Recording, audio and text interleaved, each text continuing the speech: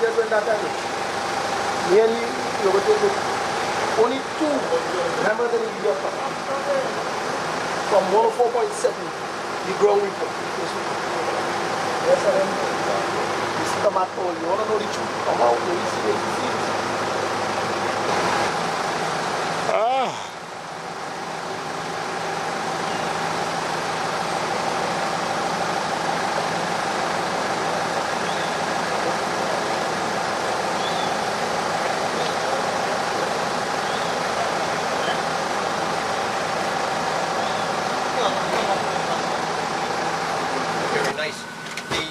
I am an oil field consultant, and I've been in the oil field for approximately, if I told you exactly how long, then you'd know how old I am, but over 40 years in the oil field.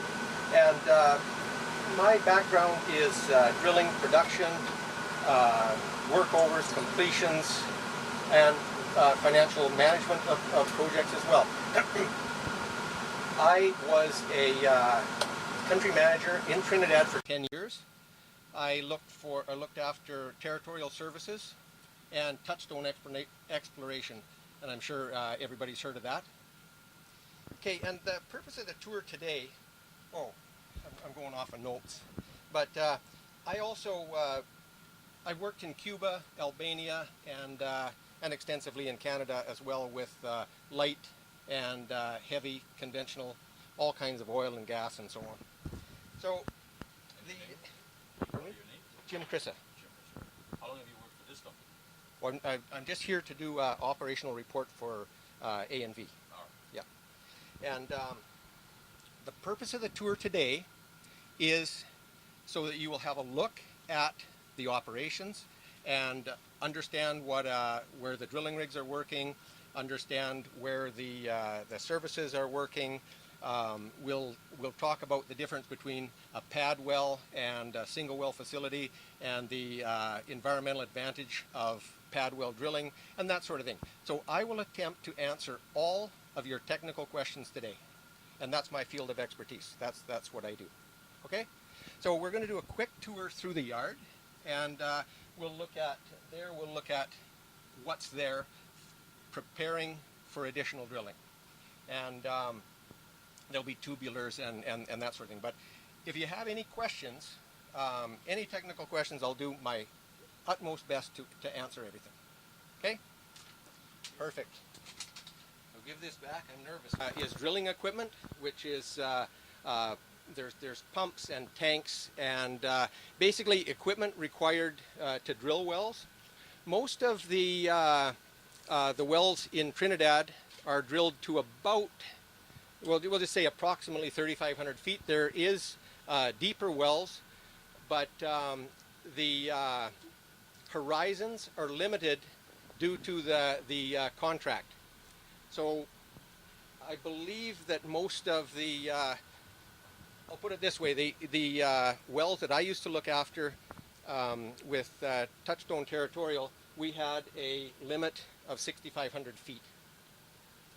So here we have, like I say, this is drilling equipment, and most of this stuff has come in from the U.S., I believe.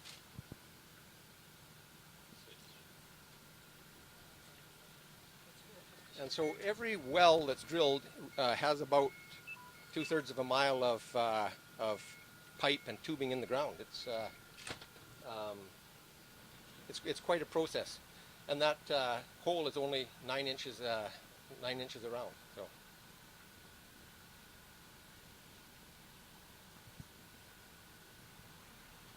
If you see something that you don't know what it is, just ask.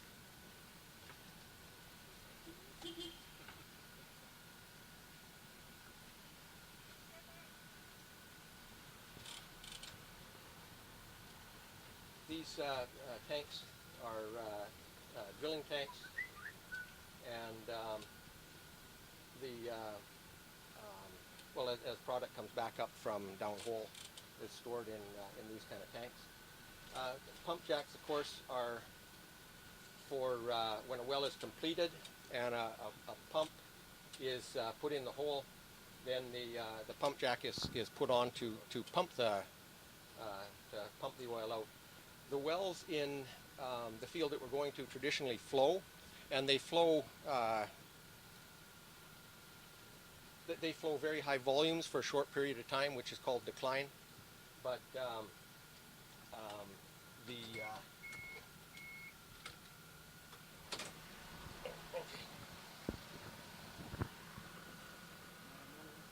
Good morning.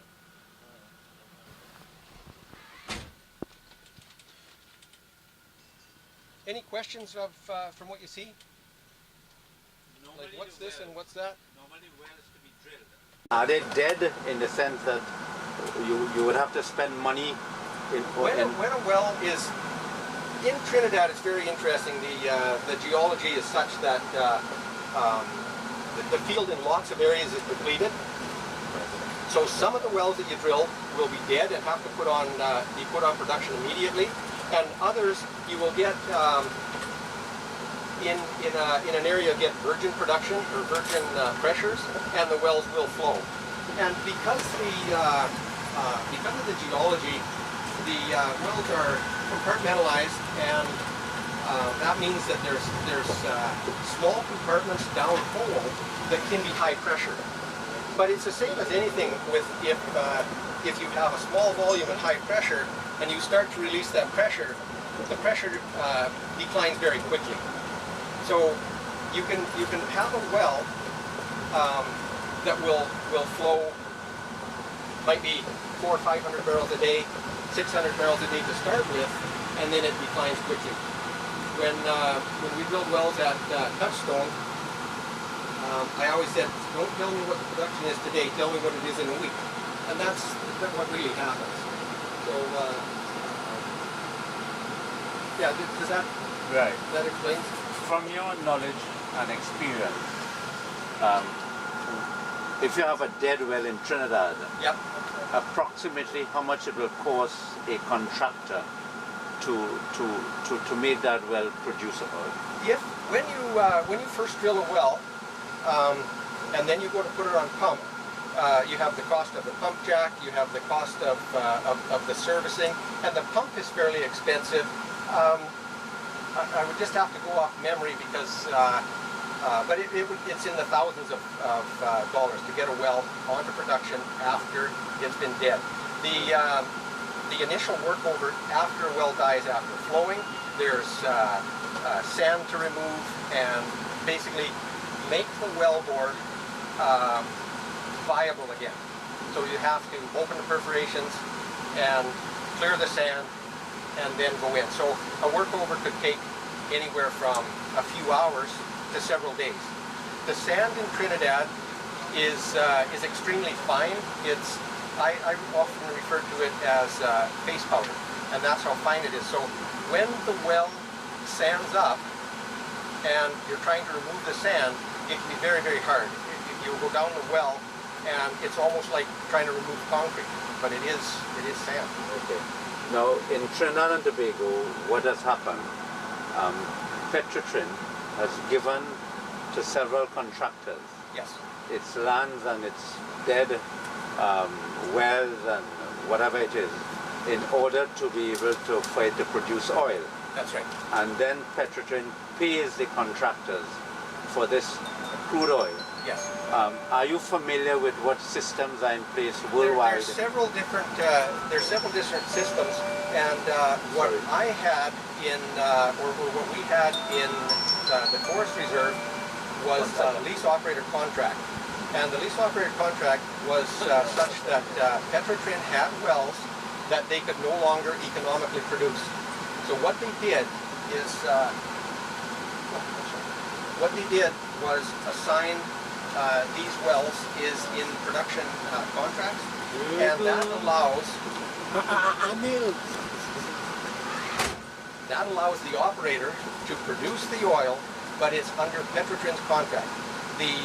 All of the wells that are drilled are Petrotrin's, and they go back to Petrotrin at the end of the contract. The contract is such that it's renewed every 5 years, and there's really no guarantee of a renewal, but Petrotin's been very good with the renewing the leases and that sort of thing. Okay, I have more questions, but when we go to the site, where Okay. I'll ask. And one thing that you'll notice that there are no protective PPE on the bus here. That's part by design. All of the electrical equipment that you use, we cannot guarantee that it's intrinsically safe. And because of transient vapor on an oil lease, and especially a light oil lease, there's no guarantee that there wouldn't be transient vapor somewhere. So it's just for everybody's safety that we'll stay very, very close to the bus when we're on location. Okay. And You talk about the Trinidad wells and the revamping of it. yeah. You could have given us an idea of the cost in doing it. And you can give us an idea on the grounds of a company. Absolutely. From one point drilling about, let me say, 40 barrels a day to reach, let me say, 400 barrels a day to reach 800 or 1,000. How possible that is? That when you drill when an oil company looks at a total overall budget, you have an expectation that the oil is going to be a specific price. So if I was looking at say if I was looking at a capital project, I would think that I want to drill and pick a number, X number of wells. My expected production is Y. My net back is going to be whatever I think it's going to be. But you try and predict, it's sort of like a game of cards. You try and predict what the oil price is going to be and what your net back is going to be. When you look at, and I'll just use a rule of thumb because I'm not familiar with all of the production contracts and so on, but when you look at the price of oil, and we'll just pick a number, we'll say that it's $50 a barrel, and then you think that the royalties from that, the royalties that you pay up front are approximately 50%. So if you have $50 oil, the royalties, if it's about 50%, give or take a few percentage points, so you have $25 oil. Okay, so you get paid. Your check is minus the royalties, and then you pay a transfer fee to Petrotin of $2.80 a barrel. Right, but the question I'm asking again, I'm getting to this that. company now that you're representing at this point in time, Yeah. A and V, move from one level of production Yep. to a high level of production, Yep. and then all of a sudden, Yep. after an audit, the production just all of a sudden gone back down. So we want to know how that is possible. Is that possible when it comes to the wells in Trinidad today at this point in time? That you gain production, now you're drilling 400, and then all of a sudden within a period of certain months, you're going from 400 to 4,000, and then as an audit comes, you're just going back down. So we want to know what's the possibility of that.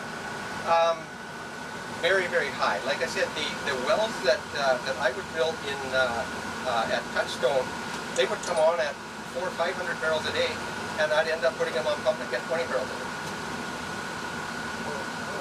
So like I say, if you can imagine, well, we'll say the bus is a compartment in the reservoir, and it has high pressure, and you put a pipe into that compartment, the pressure depletes very, very quickly, right? In different oil fields, and the sand is huge. That's the difference. You ask any geologist in Trinidad, and they'll say that Trinidad is a geologist's nightmare. It's fractured, it's faulted, it's compartmentalized, it has fine sand. It is an absolute nightmare. It's very costly to Very, very get oil out of the... When you think of returns on investment, and like, hey, I go back to a few years ago, I thought if I was making 18, 17% net back, I was happy. And you have to make a return, of course, right? Does that answer that? Can you tell us something about the protocol that has to be observed in taking the level of oil that is produced from the well. We'll get into that out on the site, okay? All right. And yeah, we'll definitely discuss that. Yeah.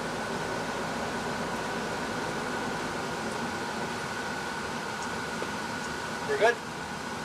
For the time being. Okay. Yeah. No, and like I say, any of those questions, I'll try and answer as best I can.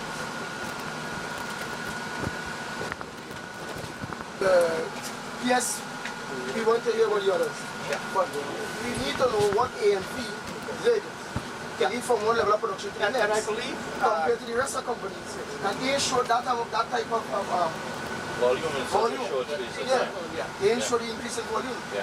So if A&P have that secret, how management sharing that secret with the rest of contractors who know how to work? Why not apply that technology to everyone else? So we can definitely generate more. It's also the fluctuation. We'll get into that at the press conference on Saturday. Yeah, there's a 10-month period. The 10-month period, there's a massive fluctuation That's the thing. in production. I think that raises questions. Exactly. Definitely.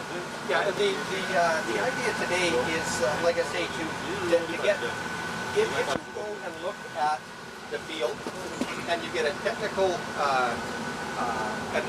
technical advantage, and then the questions that can be asked and answered on Saturday will make a lot more sense. Okay. Yeah, we're having a press conference on Saturday morning at 10:30 with myself, this gentleman who has come from abroad, and an official of the company, where we will be able to answer all questions relating to after you see the operations and everything about fluctuation and everything, and we'll have the documents to support certain things available. And this tour today will give you the base for that. All right, well, if that's the case, if that's the case, Ramesh, why are you present today? Is this sort of intimidating to the media? No, I don't understand that. I'm present because No, I'm but learning. if we're going to have this press conference on Saturday, is it that you have a controlled environment for the media? No, I didn't know that I could intimidate the media. Well, the mere fact, you're here with a batch of attorneys, and there are questions that we need answered. And if you know there's a scheduled press conference for Saturday, then why have us here? No, well, I am learning just like you. Well, the technical aspects will influence how the media carries the information. It's not really relevant to some of the stories that we need to work with the media. Exactly. Well, I invited the media, and the company invited the media, because I need to understand the process for me to understand some of the technical information. Ramesh, you could sit privately with your client and gather all the information that you need, or you could have just been a car, and they could have driven you along by yourself. But we came here to learn, so let's learn. Well, naturally, but I don't understand why are you annoyed At the press because conference Saturday, we'll get the answer. I do not understand why you're annoyed It is just the because I have made this available and the company has made this available to you. All right. We appreciate that. Is there a representative from AFB on the bus? I would like to. Is there? Other than the expert? that we have as The a expert has been brought here as an independent person to answer the question. On Saturday, on Saturday, an official of the company would be there. Have you been retained by ANP for just this purpose, or are you a long-standing No. consultant? And how long have you been with ANP? I'm not with ANP. Oh, you're not with ANP. No, I'm an independent consultant from. He's stationed in Canada. He came in. So you've been retained for this purpose? So I came down to give a hand with this, but actually it's the details have to be worked out. So for retaining and stuff. So there's no local person associated with ANP that will be able to help us understand the technical aspect that we're going through right now? Yep. Mr. Ali, which is So he's the only representative. He's the And so I got He's your the first drilling- name, but not your surname. Sorry. I got your first name, but not your surname. Krissa, Krissa.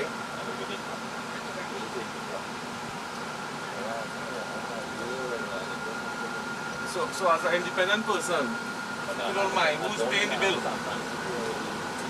I'm sorry? As an independent person, who's paying the bill? Are you saying that you take it upon yourself voluntarily to come and be a part of this? So who's paying A&V the will pay my expenses. A&V Will pay my expenses. They'll pay his expenses. Yeah. That's independent. That's the independence. Yeah.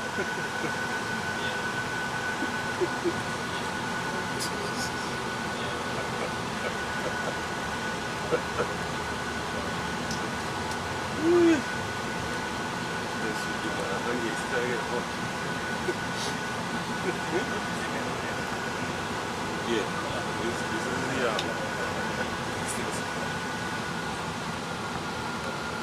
no, this is going up and on.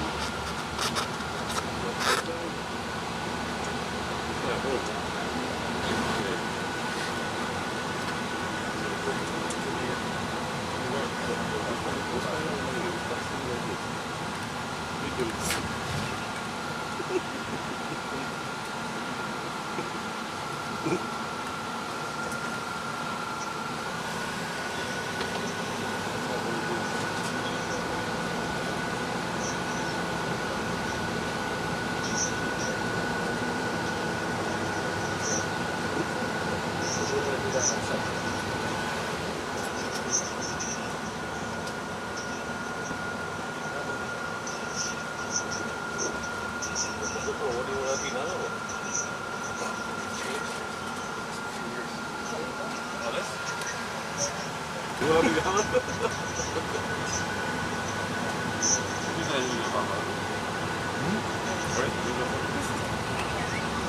Oh, we'll see that now. I want to get it going.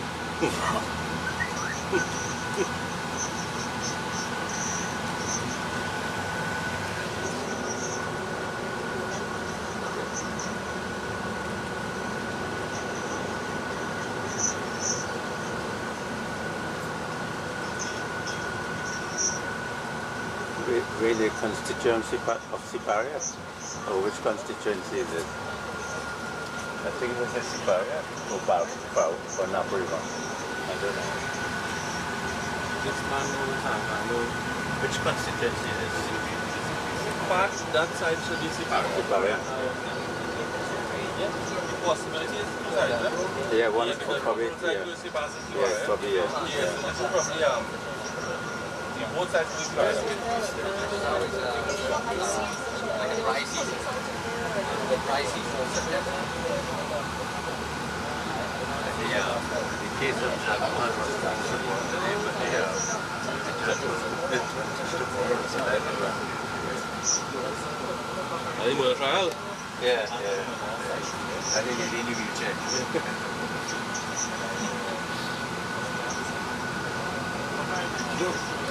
Well, the mama had a body, so she admitted the statement. But I understand that the person that they're guilty of manslaughter. I will recommend that you don't believe them.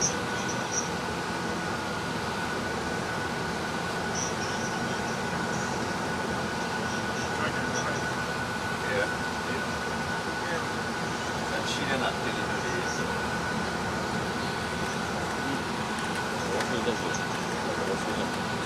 Check it out, man.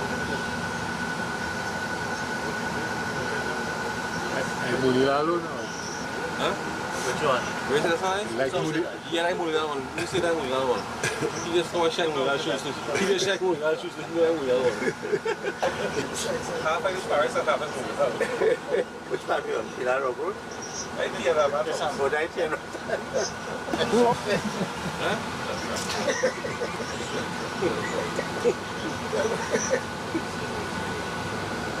Mulilalo have about 20,000 jobs, remember?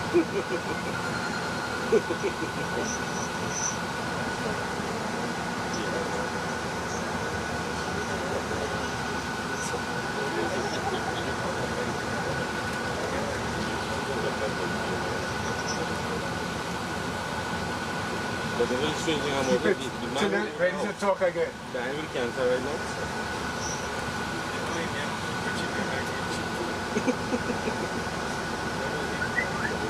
Only long water, but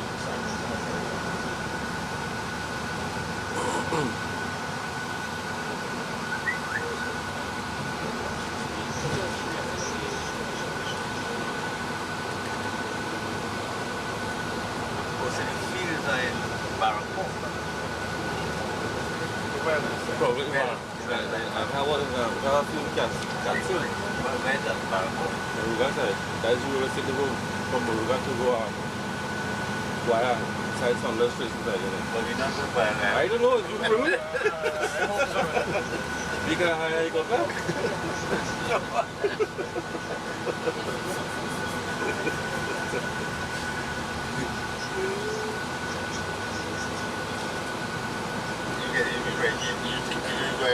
That's why everyone over here is fighting.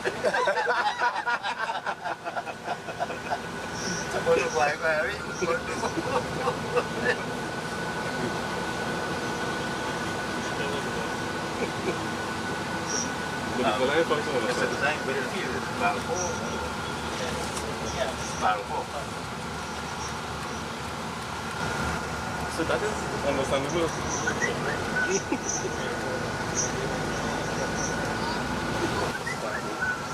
This one doesn't go to my work.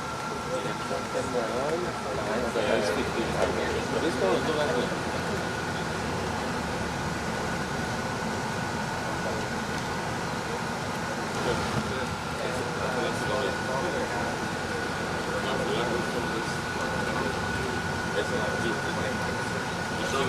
So apart from JV oil, where the Patron have the video side, when I was in politics, that's very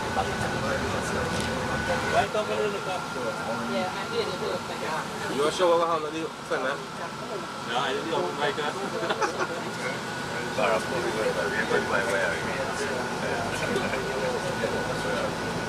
Yeah, right, you go right. If you go right, you go right, you'll swing back home back in out. You know what's wrong with that? This is the road shot.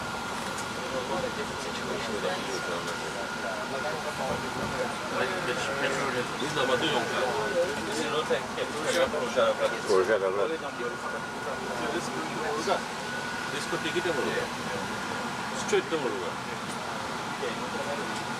This is the road that the protest recently. Right, on the way up Muruga.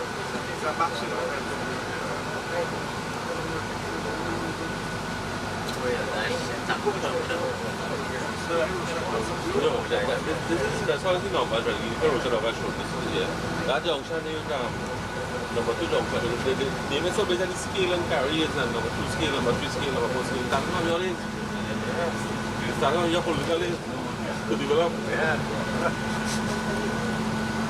This is the area around Orange when he was Correct. See? Yes. We asked him for comment and he flooded. This whole place is He said, don't worry. We will trap the waters of the floods and we will encourage water skiing. Said that? We will grow the pink tilapia in these flood waters. And we will encourage an eco-tourist industry in Maribor. That is how we will stop the flooding. Right? Very good.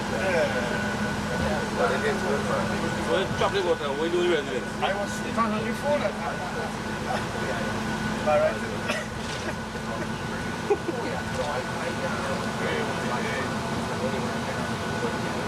Politicians that play this again reporters the hard time.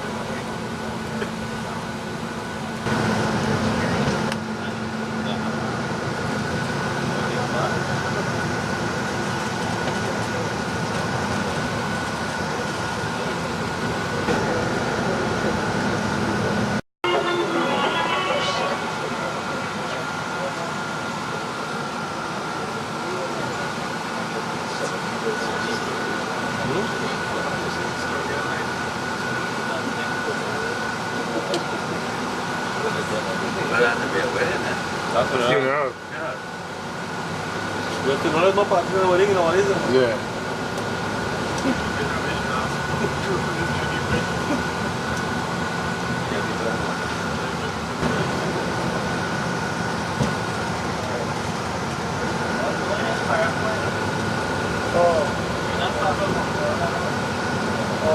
Next time it's in Muruga, you know.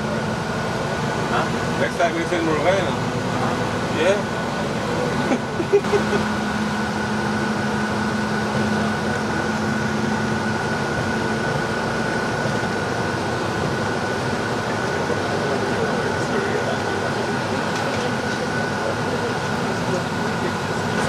libel and defamation, is there a figure that the DCP would get? You know, normally don't put a figure. You normally put damages, and the court assess the damages, and based on what has already been awarded in Trinidad, they use that as a yardstick. What is that figure? Well, it varies. It depends on the gravity of the libel. It depends on whether the person has apologized and etc. So it varies. But you have libel decisions in Trinidad and Tobago.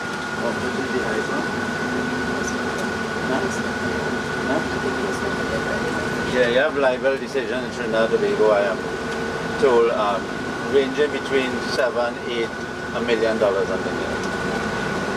Would an apology suffice at this point in time? No, so far no apology. As a matter of fact, remember the meeting on Monday? Yeah. She said she reaffirmed what she said. But you get that information already. You have it on your phone.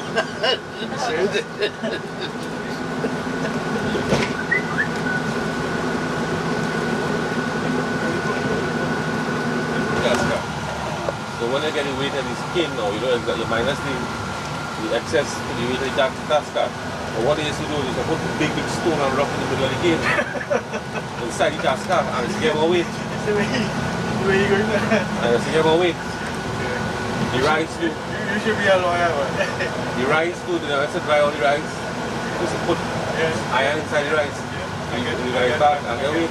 Okay, extra weight. Yeah. The milk too, you have to add water in the milk. On the cow milk. That's how they start doing all that testing, you know, because you have a certain amount of quality and control in the milk. Because they are going to throw water and get a whole gallon of water. Now if you have testing, you get milk. So you charge them for 10 gallons of milk and 5 gallons of water. That's really how it's to be looked at. And I hope Gary goes on because and then what happened was the manual scale. You then put your Gary. Right? Right. So what happens when I found that whole truck rush crap iron and I said, wait. And I get the ticket, and then I go for your farm over and pay. Yeah. So once I get the ticket, they pay for the ticket rate. Yeah. And then with that now, you just go and buy 2 bottles of Felicity rum and bring it to the scale back. I tell you. No, I know. I tell you that. Of course. But this is never speak about stuff and just stuff on all this oil and everything.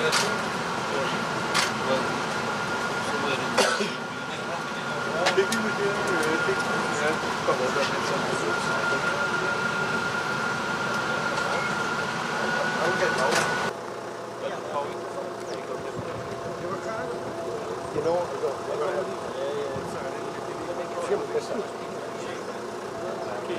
K-R-I-S-S-A. I'm an oil field consultant. Right. An oil field consultant. What I do is do operational reports for management. And what that does is uncovers all of the, it can uncover deficiencies. Have everybody introduce themselves and who you are, where you come, who you represent. But we could dispense with that and explain it. Okay, I wouldn't mind. Okay, we can do that. Yeah. We could do that later. Okay. What you have here is a multi-well facility, and normally what has happened in the past is there'd be 1 well drilled on each location. And when you drill several wells on the same location, it minimizes the environmental impact because you have 6 wells on a pad this size as opposed to 1 well on 6 pads this size. What you also have here is when you talk about I believe this gentleman asked the question about how is it possible that oil will basically slug to a facility. So what happens here is a drilling rig will come onto location and drill all of these wells.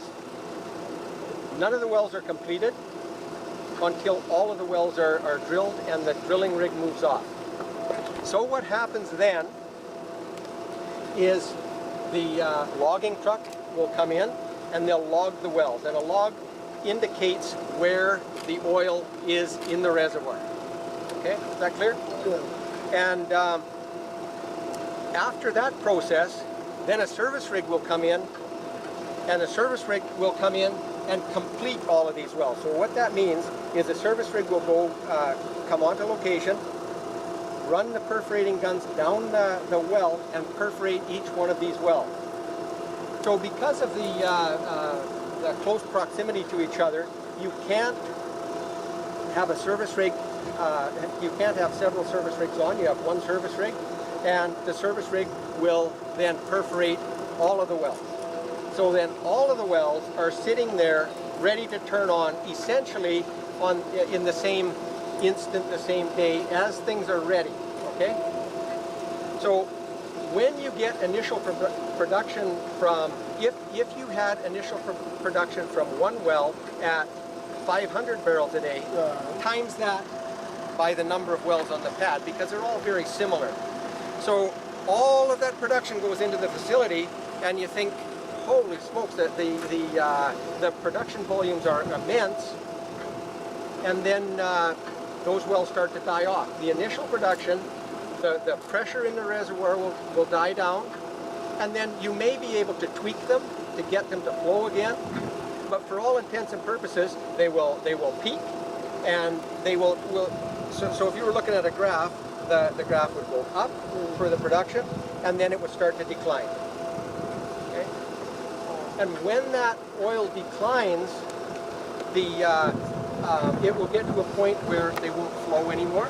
So there's not enough pressure to force the oil down the flow line anymore. So then you go in again, come in with the service rig, service the well, and put it on pump. So does that clarify? So if you have 7 wells at 500 barrels a day, and then you say, how can that production drop off? That's how it can drop off. And it's seen, it's not only here, it's seen all over the island, but the thing is, most people don't drill wells in pads, so you just see one well do that. I had a well in the forest reserve that came on at an incredible rate, and you think, okay, in a week we'll see what it does. But if you had 10 of those on one location, then you have 10 times the production. Okay? Is that? And then after it will start to die back down. And then it dies back down, yes. And then you put it onto production, and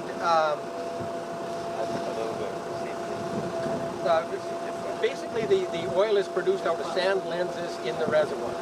And some sand lenses are 100 feet thick, and some are 50, and some are 20 feet thick. So it just depends on the particular reservoir and that point in the field. The idea behind Trinidad is finding the sweet spots. And that's what geologists do. Geologists will go into an area, and they'll determine that this is the best place to drill. So they'll go and they'll drill the wells there. So the wells will come on. And in Trinidad, the reservoir is compartmentalized, and anybody that's been here for any length of time knows that the ground is always shaking, the plates are moving, and so on. So if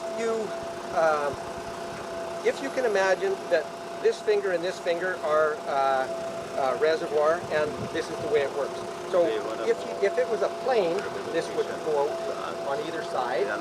But what happens when a faulted reservoir happens, it could slip down, it could turn this way. So this area turns into a small compartment from being a big compartment. So when when the oil originally arrived here millions of years ago, it came through the sand, and then the sand has faulted. So the question is, how does that happen? It happens because they're small compartments, high pressure, high volume, but the pressure declines quickly. All right, so that means besides, let me say this year, Yes? besides this year, we will see like 2 years ago, 3 years ago, that ANV had that up in a massive way and then back down again. They started to drill pad wells in recent times, within a year and a half. And that's the thing that traditionally in Trinidad, people drill one well for one location. And when you go and use economy of scale to drill multi-wells on one location, the production, you have peaks and valleys. Okay? So if you had, say if you had this pad come on 1 month, and then another pad the next month, and so on. A&B has drilled 38 wells in the area, and not all of them have been on multi-well pads. Okay? Is that clear? Is that understandable? Yeah, what I wanted to find out is that where we going would be similar like this or would be different operations? We'll look at a single well facility, and I think what we'll do is we'll just do a drive-through, but we'll look at a single well battery so that you see the size. But Mr. Chris, apart from that, I want wherever we go at the next location, if there's a place, because the media would want to ask you. Yeah, we'll do that at the station. At this, how far is that? Station, like 5-10 minutes. So about 10 minutes away, it'd be a more suitable place if you could ask some more questions. But the other, it'll be in the area. In the area. It's about 10 minutes away, right? About 10 minutes. So that was it. We're on the quiet side? Going up that side. On the quiet side? Rio Claro side. Quiet side even. All right. Because what we want to get, we don't want to come out unless others want it. Yeah. But if it's the same kind of well, Yes. we could see it from the van. Same idea, same everything. If it's a different operation, we could. Right. But where I want to go is where you could have a little facility We'll do that at where the members of station. the media can ask We'll do questions. that at the station. Okay. All right, well, let's go to the other side. Could we identify our location here now, please? Yeah, what is this location? They have a sign out the road. When you come in the road, they'll have a sign that you see what location it is on. So you turn in the road, so you can take it as you're coming in.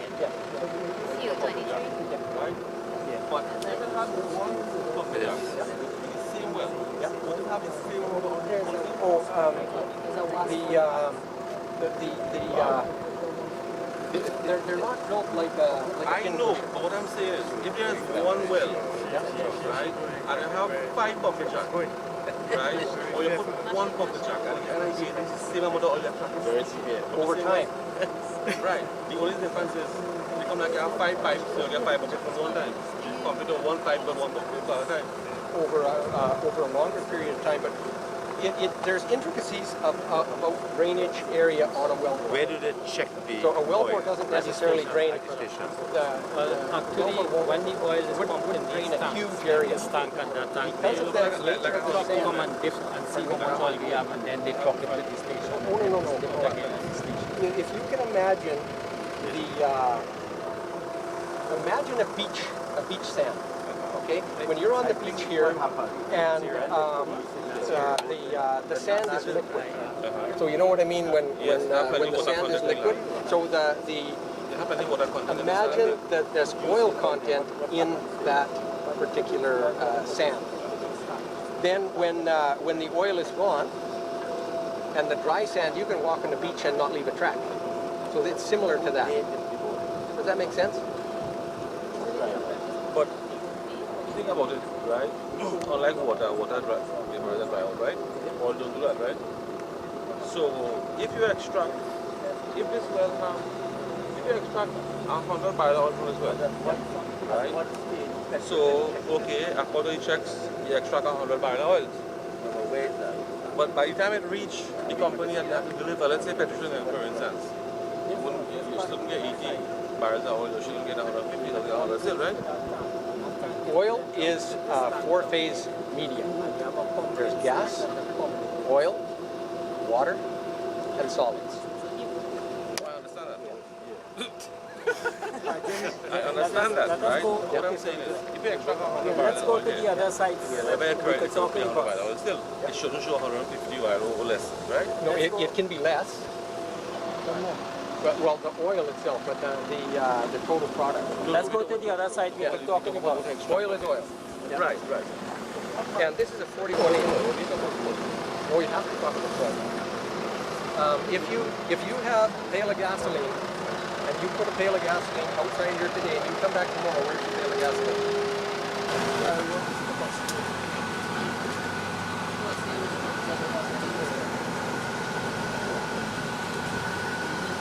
Make a look so because I do that in the phone and do it. So basically, I do. It's the same thing in my watch. No, tell him, man, we have to come to the same thing? Yeah, it's the same thing.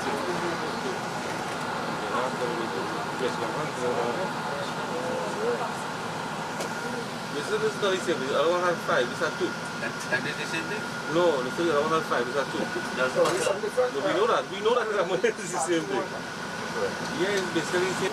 How long does it take for a barrel of oil? The position, how long does it take for like a barrel of oil? What's the capacity of the whole bit? Some of them look like about 85 barrels, and then the other tanks beside them would be 3 times that, 4 times that. So this particular pad, we just wanted to highlight there's 2 new wells that are pumping, 2 new wells that are flowing, and 1 that's shut in.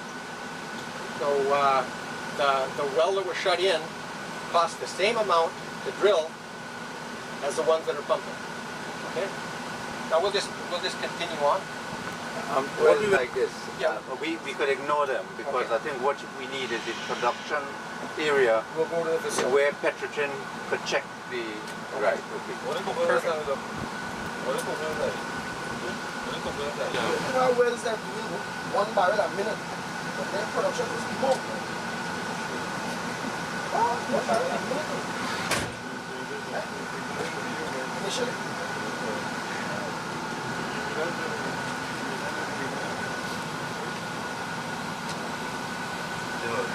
So 60 minutes an hour. Like 60 barrels an hour. So he's also producing 1 million barrels a day. There is only one little small field here. Well, you don't extract the major oil already and this is the yeah? I want that level.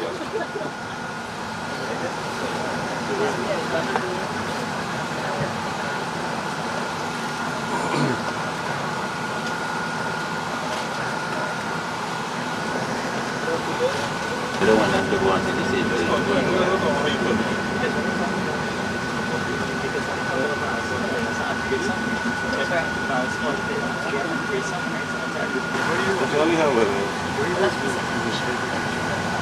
Yes.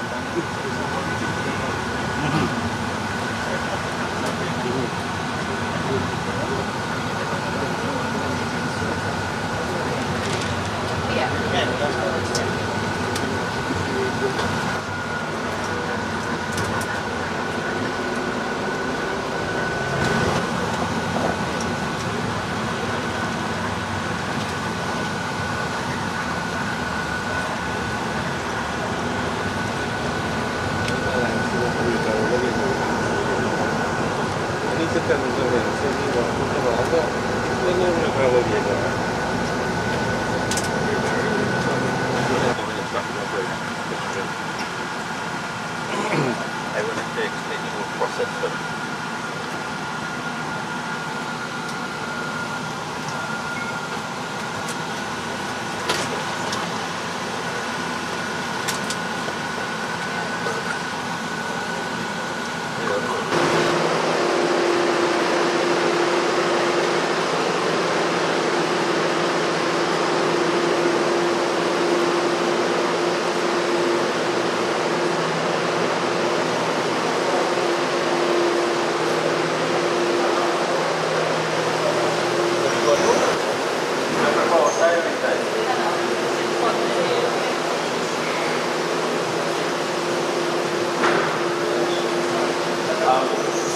I think like to do is to ask some questions. Absolutely, yeah. And I think that you need to explain how the oil which is supplied to Petrotrade is checked. Because the whole one of the confusion is that it could have fake oil, and I think I need to understand it. Yeah.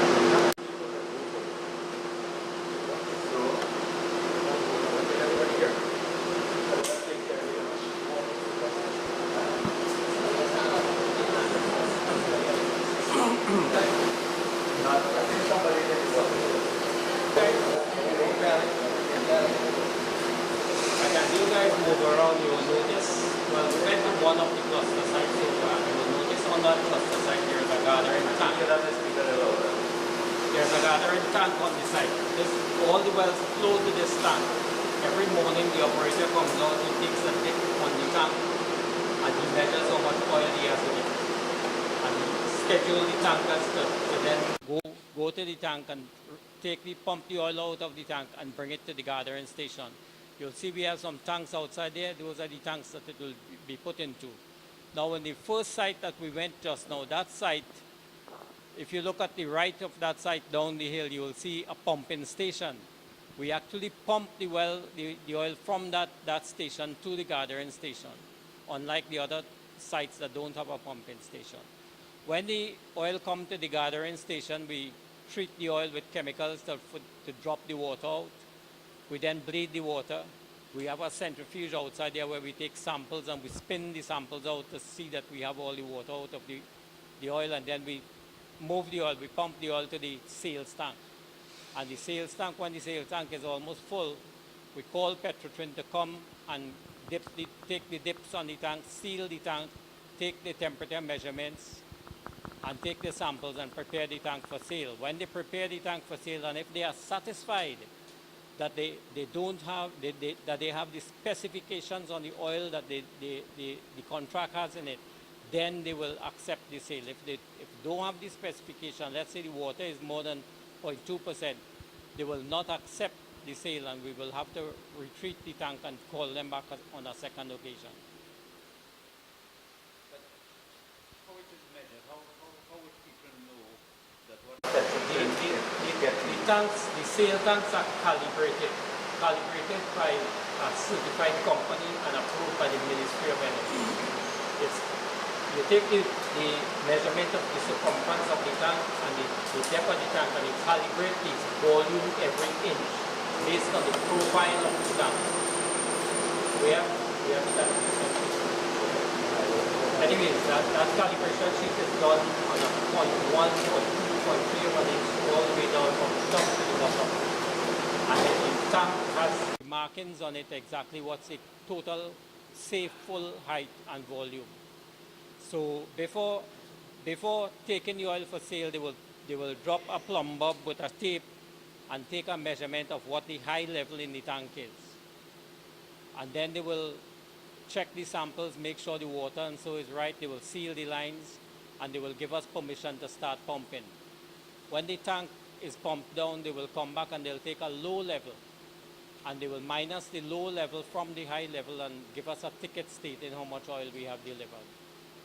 Mr. Ali, I still do not understand how, if you have to check afterwards to determine if, let's say, contractor A supplied to Petrotrin a certain quantity of oil, is there documentary evidence that documents that Petrotrin signed that we can look at? The ticket that is made up by the supervisor from Petrotrin when we go through the sales process, he has the high dip inside there, he has the low dip inside there, he has the gravity of the crude, he has the temperature of the crude, he has the water cut, he has the level of slush in the tank. All this is made up, and he calculates the volume of oil that has been pumped. Then his office also, we signed as witnessing that, and then his office checks it and signs as approving it. And that document goes to accounts, and accounts make up the sale ticket. Does the Ministry of Energy have any input in that? No, it's between Petrotrin and us. Just Petrotrin and us, yeah. And about how many contractors they have, like A and W? We are in the Eastern District, The eastern districts have 18 operators. 3 of those operators are not active, so we have 15 operators that pump to the Barrackpore tank farm from the eastern district. Seeing that you bring that up, now all the measurements on the sales volumes and so is worked out from the sales tank as we put it on to pump. On several occasions when we put our tanks to pump, we had to shut down because the Petrotrin sales line was leaking up the hill. Matter of fact, on one occasion it was leaking so bad that a car burnt down.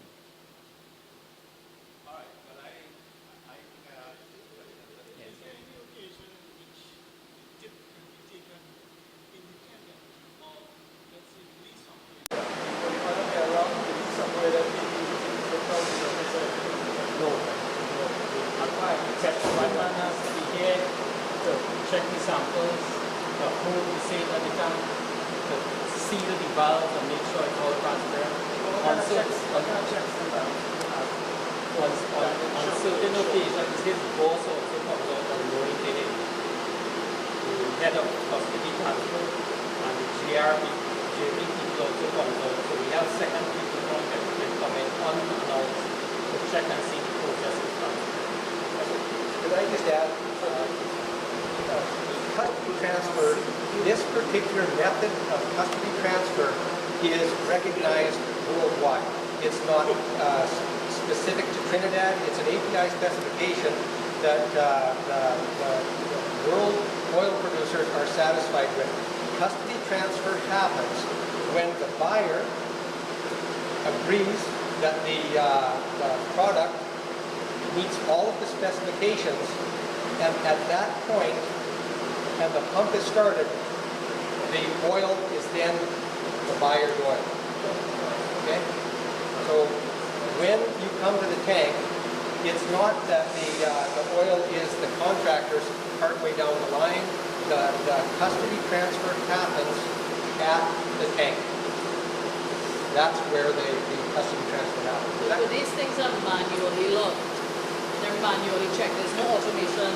No, and that's If it's a physical manual, if it is Right. a calibrated tank, and they take the high dip, loaded the temperature, the samples. So there is some percentage of human error that could take place in this. Well, dips are very accurate. Dips are very accurate, and it takes the use of it. So, No, I think what she's asking is, Yeah, but if it's a person, yeah. The tapes also are certified by the Ministry of Energy. Tapes that we use for dip. Now, getting into that question a little bit, let me point something out to you. If we were not making the oil, will we be having an active drilling program at $1 million per well in every 5 days? Where would that money come from? And why would one spend that money every 5 days on a new well? That alone in itself tells that we are getting the production out of the new wells generated. One of the reasons for bringing you all outside here is to show you that the volume of new wells we're talking about physically exist.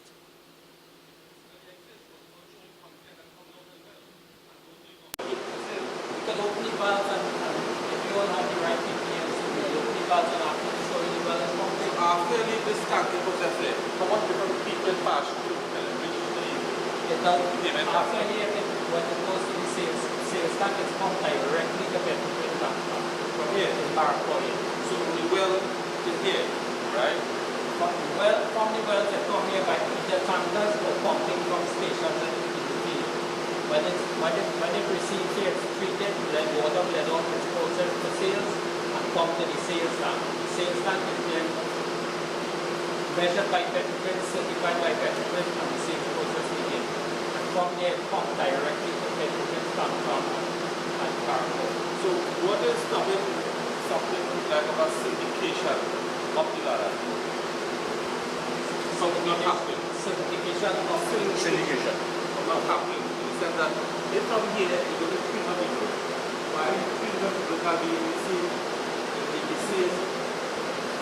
well, What is the specimen is?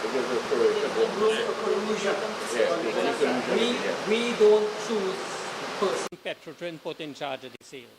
We don't choose that person. Petrotrin picks that person. Petrotrin, when they get the sales ticket, if they find anything wrong, normally once Petrotrin see volume increasing, they send the people out to check it. And if they find anything wrong, they will take whatever action they have to take. In this case, we had the joint venture people coming out on several occasions. We had the vice president of ENP coming out on certain occasions. We had the head of oil stock coming out on certain occasions, and they never had a problem. They never had a problem. No. For them having a preliminary investigation because they found something wrong. Something went wrong with the production. Not that they found something wrong. Is that they wanted to understand why the production is increasing, and the reason why the production was increasing in the way that they didn't understand is we were completing 6 wells at a time. So you were getting a hell of a spike in the production at one time. And that is not something that happens in Trinidad. We are probably the only one that doing these kind of cluster drilling and having a volume of wells coming on stream at one time.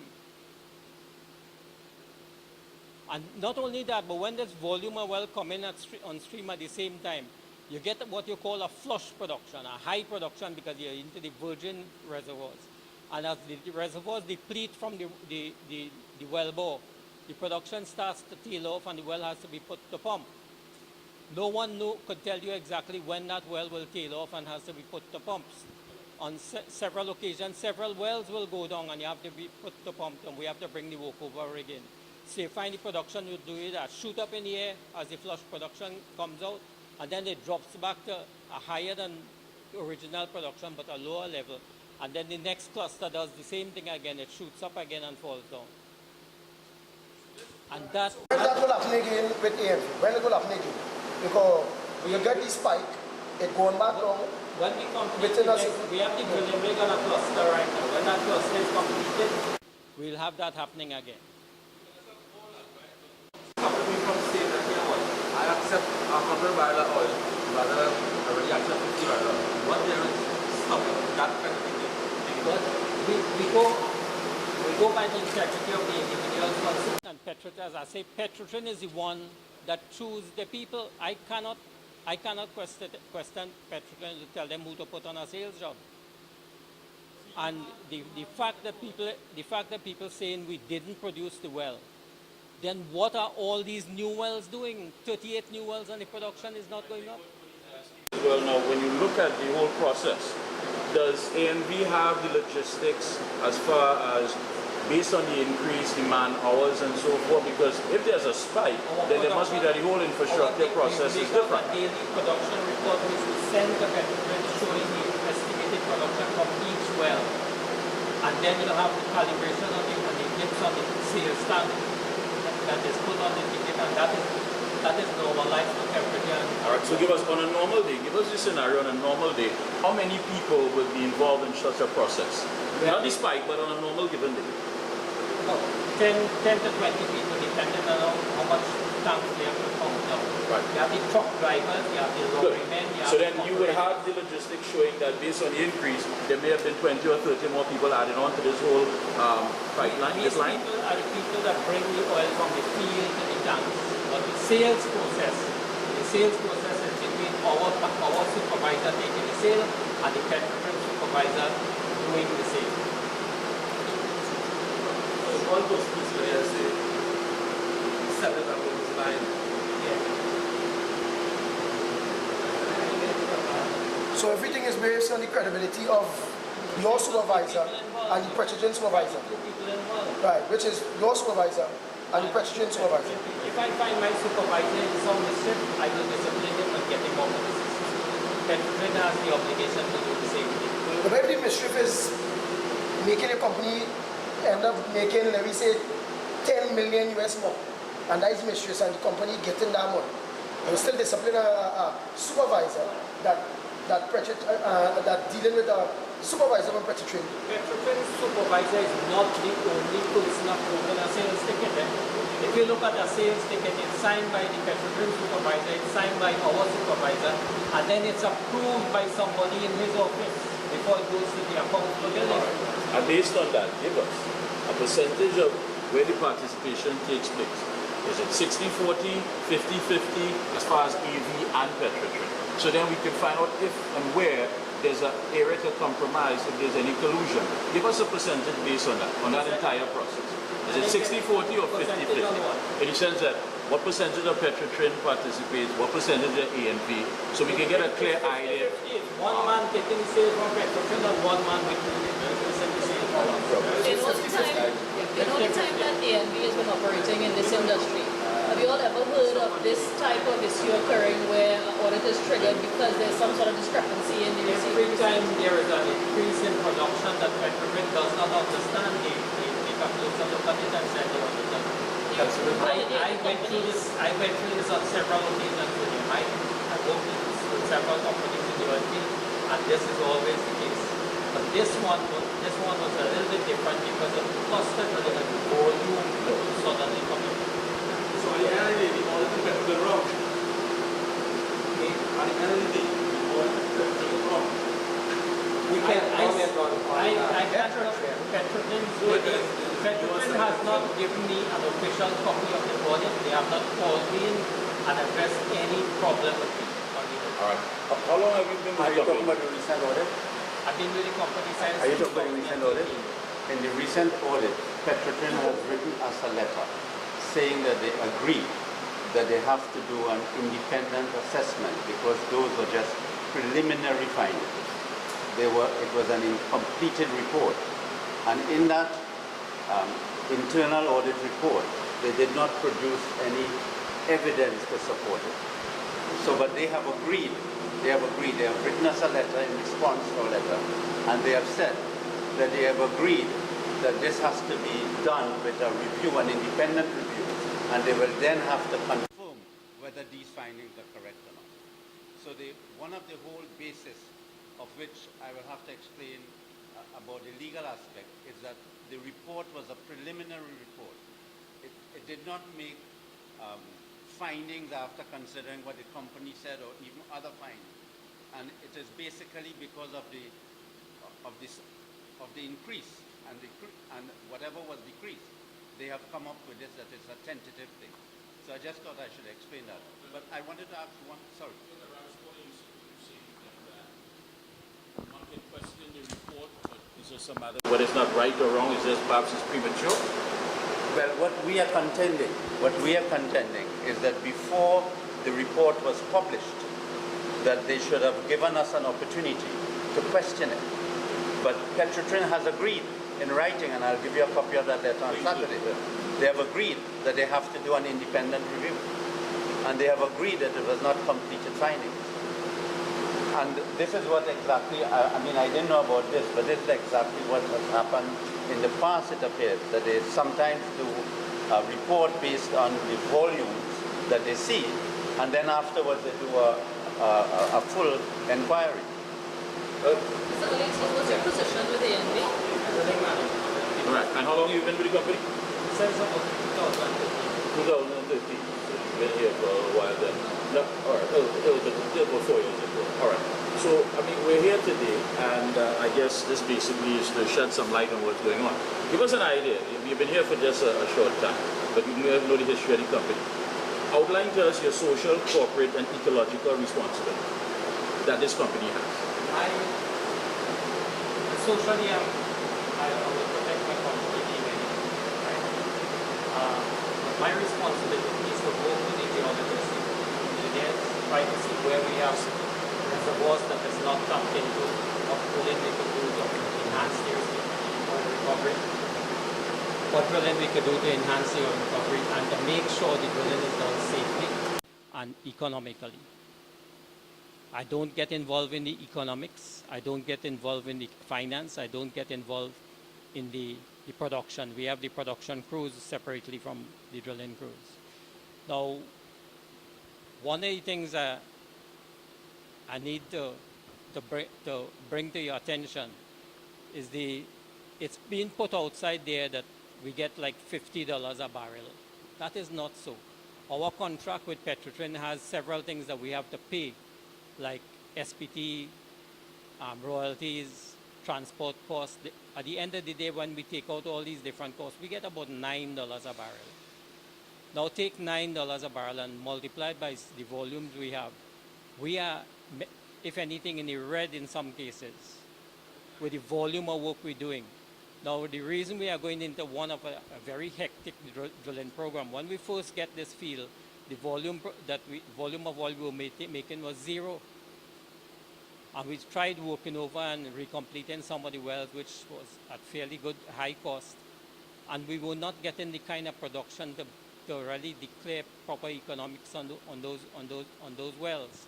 So we decided, all right, look, instead of running down these old problemsome wells that every day you have to be doing work on, let's start generating a stock of new wells that is more reliable and give you assured production. And we started a hell of a drilling program at about 5 days per well, at about $1 million US per well. And we have 38 wells in the ground to date. And that is fairly new production and more reliable and assured production. You see the volume of pumping jacks we have going outside there. I haven't taken you to all the sites. I could take you to all the sites and show you the true volume of wells we have. We have 1, 2, 3, 4, 5, 6, about 7 sites. Yeah. Sorry, Yeah. I was just curious, when was production ramped up? You're saying that you guys had cluster wells that were producing. When did that start?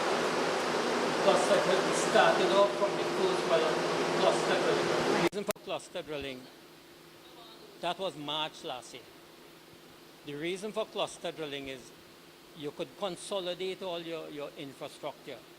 You don't have to cut down all the trees because you're putting several wells on one site. You're moving the rig, just skidding the rig from one slot to the other. You don't have long rig moves. The speed of the drilling is a lot faster. The completion of the wells is in batches. Last year, March, we started the drilling program. From last year, March. You'll see production going up from last year, March, where it started from about 600 barrels and went up to between 1,600 to 2,000, and then from 2,000 started to decline. How long have you been in this field? Oh, in this particular field? Yeah. Or in Trinidad? In this field? Oh, a few days. No, not in Trinidad. I mean, years. Industry. So industry. How long have you been in the In industry? the industry, 40 plus years. 40 plus years. Tell us. Based on that, are you telling us that the dipstick method is still being used? And just how accurate is it? Yes. How accurate is it? It's extremely accurate. When a tank is strapped, the volume of that tank is well, basically where I've worked in the past, but you go down millimeter by millimeter and determine the volume for that particular measurement. It's extremely accurate and I'm sorry? Very, very little.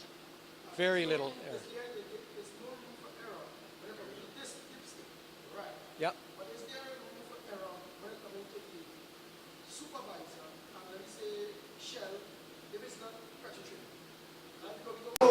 This is log manually, right? The dipstick method, of course. The result is to the back. That's log manually. The dipstick method, right? Yeah, absolutely. Yes. Yeah. So what happens is the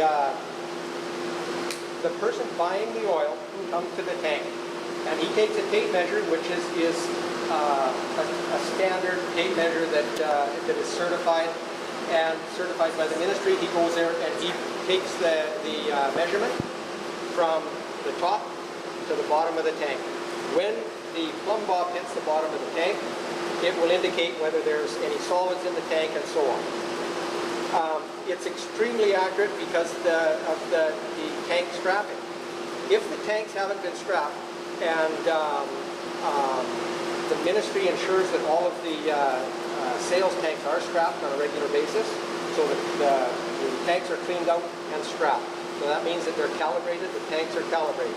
I can't say what has happened in other areas with Petrotrin. I don't know whether their tanks have been scrapped. I don't know whether what their turnaround regime is. Petrotrin in general they're a very good contractor, but unless you can say that yes, this has been certified, this is the certification date, and I'm sure Petrotrin has that information. The dipstick does not only give you measurement, but quality as well. The quality is by sample. One of the things they need to know, this process with the dipstick and sampling and testing and what have you is the process that Clifton has approved, and it's also approved by the Ministry of Energy. It's the same process they use with all the other operators, other than the operators that have a locked unit. And the operators that have a locked unit are the operators like Bayfield offshore, right, where they have heavy production coming in from offshore. We are planning to put down a locked unit, but we first have to see the volume of oil to make it economical as a locked unit. And the samples are taken when? We want to go through the process. The samples are taken when? Because you're telling me the dipstick itself would give me measurement, but it's not going to tell me if there's anything mixed. The samples are taken at the same time as you're doing the measurement. When you come to do custody transfer, all of those processes happen. All of those processes happen at the same time. And they're logged. Yes. Samples are taken at 3 levels in the tank. You take a sample at the top of the tank, you take a sample at the middle of the tank, you take a sample at the bottom of the tank. So you're checking the volume of the tank with 3 samples, and those samples are, you put chemicals that help drop out the water, you spin it out in a centrifuge, you measure the amount of water it has. If it is beyond the spec that Petrotrin have to seal the tank, it will refuse the tank. You have to treat the tank all over again and go through the whole process. What they also do, before they pump the oil, they seal all the valves and all the lines going from the tank, other than the valves that go to their sales line. So the question is though, is there room for human interference along the process? Because I understand the accuracy of the problem and the measurement, but is there room for human interference? Because it's not automated, all these things are manually logged. The measurement is manually written down somewhere. The sample is the testing, and we don't know if it's manual or automated. So the lack of automation means that there's room for human interference along the production chain. Petrotrin is saying there was connection between their personnel and workers. Right. I'm not going to deny that those things can happen, but what I'm telling you is Petrotrin themselves, on three or four different occasions, audited the individual that they had doing this. I came to this station at one time and I found the head of custody transfer on site, looking at the sales process and ensuring that what his guy was doing was transparent. And I spoke to him before he left and he was happy. So even though they have the supervisor out there, when the tickets come into them and they see large volume and you raise the eyebrows, they send the people out to look at it. This has been done. The audit report came in. We didn't get the official copy, but I read the audit report. I see nothing like we had a broken seal. I see nothing like we had a line open.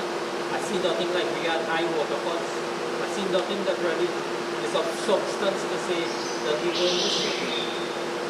But it was a government allegation against the company's own employees. Right, and this is why we decided, guys, to bring you guys outside here so that you will see where the oil is coming from. See, the audit report did not talk about the fact that we have 38 new wells producing. The audit report mentioned, when I take it to the station, you'll see this. They mentioned we are pumping 8,000 barrels from a 4,000 barrel tank. The tank capacity is 9,835 barrels, certified by the ministry. They said we're pumping 2,700 we're pumping 3,000 barrels from a 2,700 barrel tank. Capacity that's tank certified by the ministry is 3,007 barrels. You will physically see these things. And this is why we brought you guys outside. So that you will see.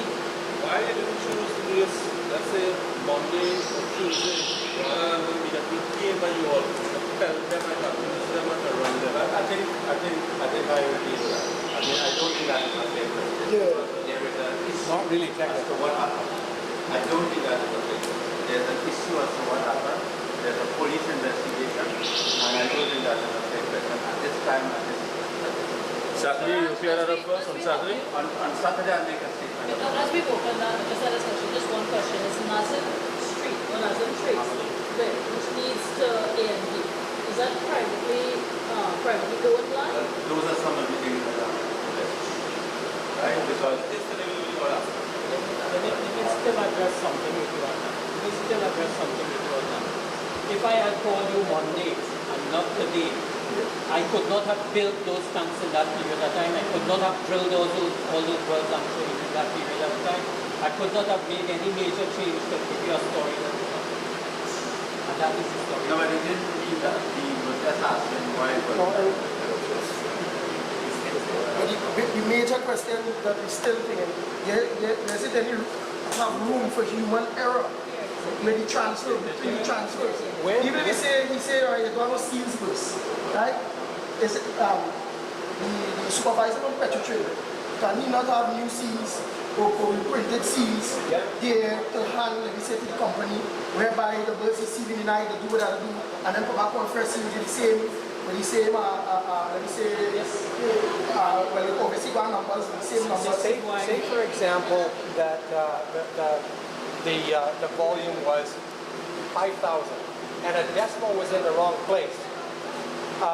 That's a type of error that can happen. Absolutely it can happen. And there is checks and balances, and I can't answer or I can't say what Petrotrail does, but I know that they do an incredible job of ensuring accuracy. They, if there's any discrepancy in oil production or a spike or a decline in oil production, their joint venture people talk to you. And anytime in the past when if there was any issues with production volumes, Petrotrail would phone and we'd sit down and talk about it. There was nothing untoward, and we realized that a decimal place can be in the wrong place and so on. But Petrotrail has been very, very prudent in looking at their numbers and discussing discrepancies with the operators. Like I say, I've had interaction with the joint venture department on many occasions when it comes to bringing on a really good well. They're curious and they want to know, firstly, is it there? They want to go out to site and see it, and then they want to talk about the, what have we done that they weren't able to do. Petrotrail is a good company. They want to know what they can do to increase their production as well. There's no issues there. And like I say, normally what would happen is Petrotrail joint venture would phone up and say, I noticed that there's a discrepancy in tickets. Can we talk about it? And I'd say, yes, we can talk about it. When do you want to meet? And if it's important, they'll say today. And if it isn't, if the number isn't that great, they'll say this week is fine. So does that answer your question? Yes, there's something that happens. Further to that, as I told you, other than the fact that, all right, let's say there was a mystery, let's say there was a collusion as they are saying between Clifton and ourselves, then why are we spending $1 million a week drilling new wells if the wells are not producing, if we are not going to do it? If we are not getting the oil enough to steal the oil, why are we drilling a well a week at $1 million a week? Meaning money is invested because the wells are producing. Second to that is Petrotrail audit their supervisor on many occasions and they have not come up with anything.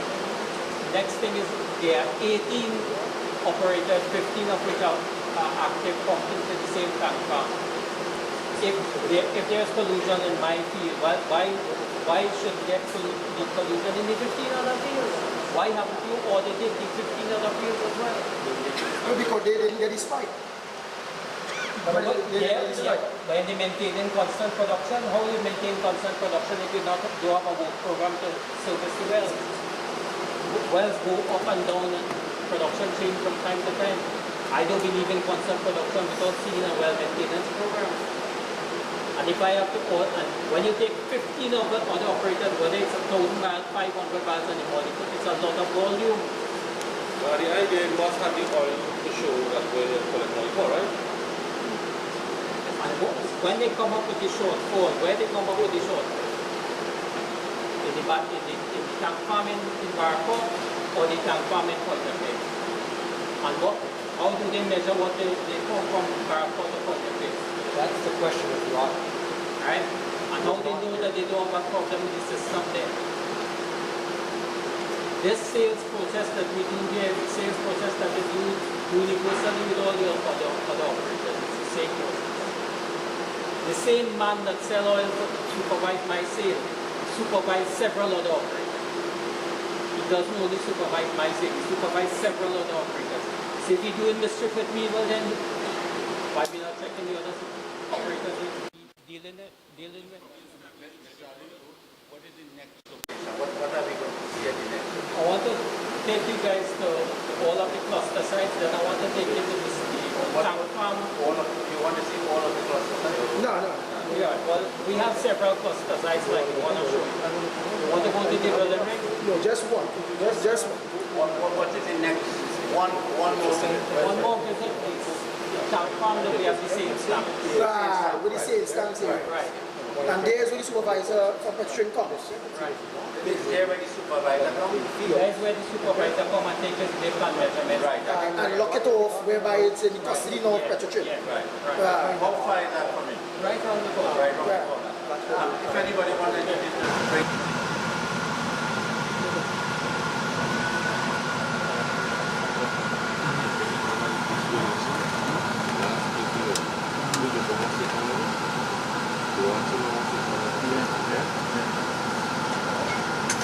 Is the custody transfer area? Right? Trucks come in here. Right? Yeah. The trucks come in here. Right? Offload. When offload, well, have somebody who has to do water. Right? So you bleed your water in here. Right? And then you transfer to whichever tank you're selling. It's either tank 5 or tank 7. Right? And well, the final thing, you still have to do a little more bleeding because you still have a little water in solution. So you bleed, either you still have to do bleeding on the next 2 tanks. 4 tanks. Alright. And these tanks here that collected, This is the storing tanks, approximately in all, how much gallons of oil? Right. Barrels of oil? Look at that. So 250 barrels per tank. Alright. Right? And it have 5 tanks. Have 5 tanks there, right? But the inside, while you transfer, while they fall in here, you'll be transferring to the transfer company. On the outside, you'll still be transferring to whichever tank you goes to sell. Right. And then when that is completed, right? When that's it's full. One of them, one of the big ones is, let me say, how much barrel? This one is 3,000, that one is 10,000. Alright, so let me say the 10,000 barrel full. It's full. Right. What mechanism is have in place that, alright, it's full, the transfer operator or officer or the petrotrain supervisor come, they check, alright, everything is in order. Right, at this point in time, it's still in the hands of you who works for ENV. Yeah. You're working for them. Right? The tank's still there, them go on the way, but the tank's still there. What assurance Petrotrain have, or the people of Trinidad, the taxpayers have, that at the end of the day, nobody ain't going to be sure in the beginning it had that. It have 10,000 barrels of oil in that. Right, what you just do, right? Before when the petroleum personnel come, you do a high gauge, because it's a high gauge. Right? And when, alright, I will check, I will do alright, you have a capacity of how much this pump this do in an hour and right? So at the end of the day, I will go and dip the tank and see how high it is with pump down to suction. Right?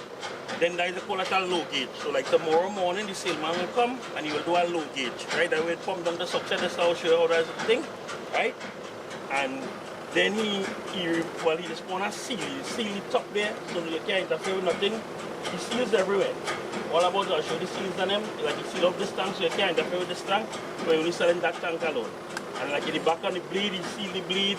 You just seal the whole tank, the full and everything seal so it can't interfere. Oh, so anyway oil comes in, coming in or going out, seal off. Right. The only way it goes out is on this. This is the sales pump here, right?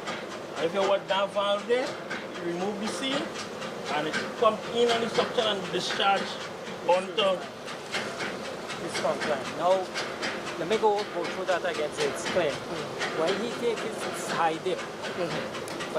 high dip, he seal everything that you could pump, transfer oil from that tank to anywhere other than the sales line. So the only thing that's open is where the pump goes to his sales line. He takes his samples, he takes his temperature. He has a chart that he works out the temperature, the factor that you have to correct the oil for based on temperature.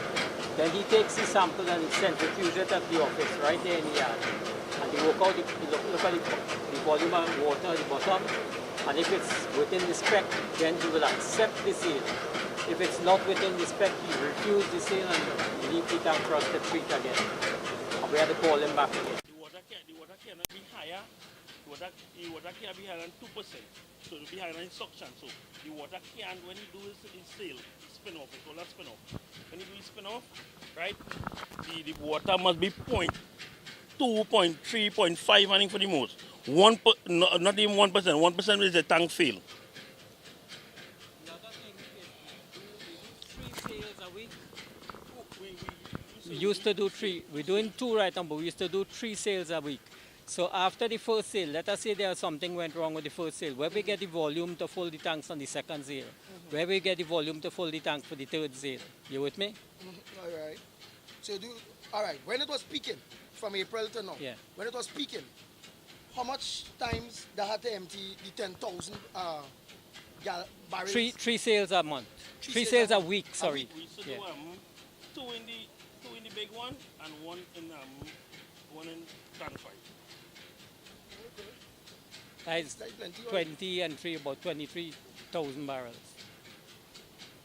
23,000 barrels a week. Because 10 by 10 by 3.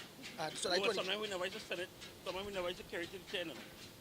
Sometimes we like if we do say we reach like that is go to 26, if we reach to 24 inning, we set it right there and things. And so the like, reason we do this is when you have high production, you have to try to get your seal and empty your seal tank before your production starts to overflow the tanks on you.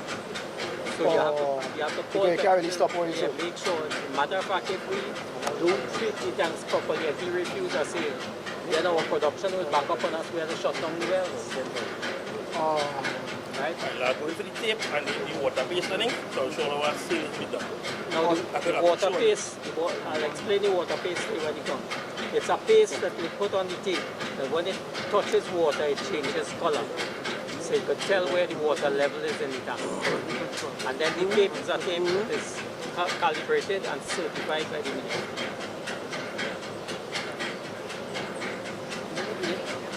Alright, anything else? To go to the... Well, we could follow Wait. the station to see the tape instead of having him come back. No. Oh, we have to pass back there? Like, we're out. You guys want to go through anything here again? No. I think we should go back. Yeah. Well, you don't want to see the tape and things. No. We could go back to the yard.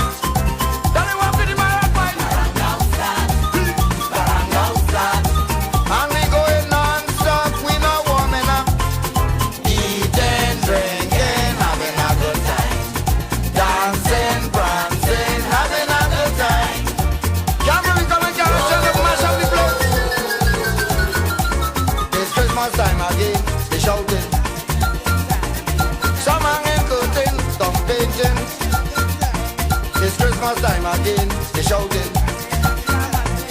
Some hanging curtain, some painting. Children hanging up stocking.